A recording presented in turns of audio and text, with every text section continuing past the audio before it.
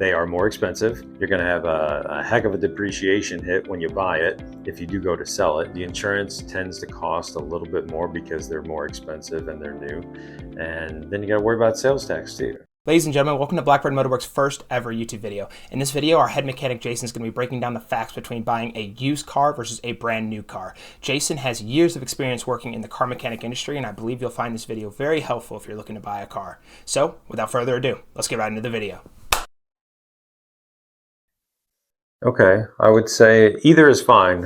Depends on where you're at in life and what you're going to do with it. So if it were me, I like new cars because when you get a new car, you have a warranty. Usually 5 years, 60,000 miles. Some of them have more or less, but then you're going to be the sole owner of the car. So you know all the history that's been done to it. So you're going to have less worries involved with doing that. You're also going to get updated technology. The latest and the greatest are going to be out there in your car. They're going to be more fuel efficient than older vehicles. So, but with all that, they are more expensive.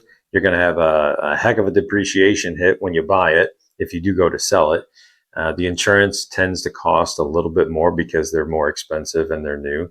And then you got to worry about sales tax too. So, and then payments. So you got to factor all those in, and then you go, well, maybe I can buy a used car, maybe a couple years old. And that's what I prefer doing because you don't take that depreciation hit, but you still get somewhat of the updated technology, but you get a lot more car for your money. So your insurance might be a little bit less too.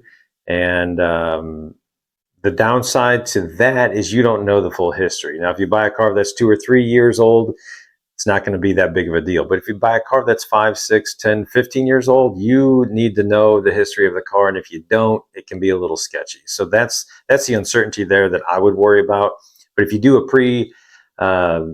do an inspection before you buy it and then bring it in to say our facility here, we can put it up on the rack, we can inspect it, make sure there's no damage, there's no flood history. We could run a Carfax on it. We could check it out just to make sure that it's in good shape. And if that's in good shape, then you're going to save a lot more money in the long run and up front too. So, but you're not going to get, if it's 10, 15 years old, the tech's going to be usually a little outdated.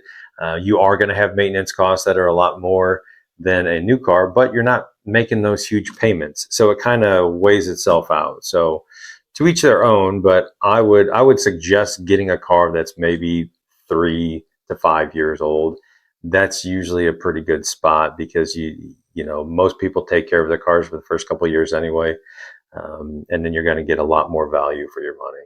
Alrighty, y'all. Thank you so much for watching. If you found this video helpful, please leave us a like and a thought or two down in the comments down below. Your support really helps us push our content out to people who need to see it.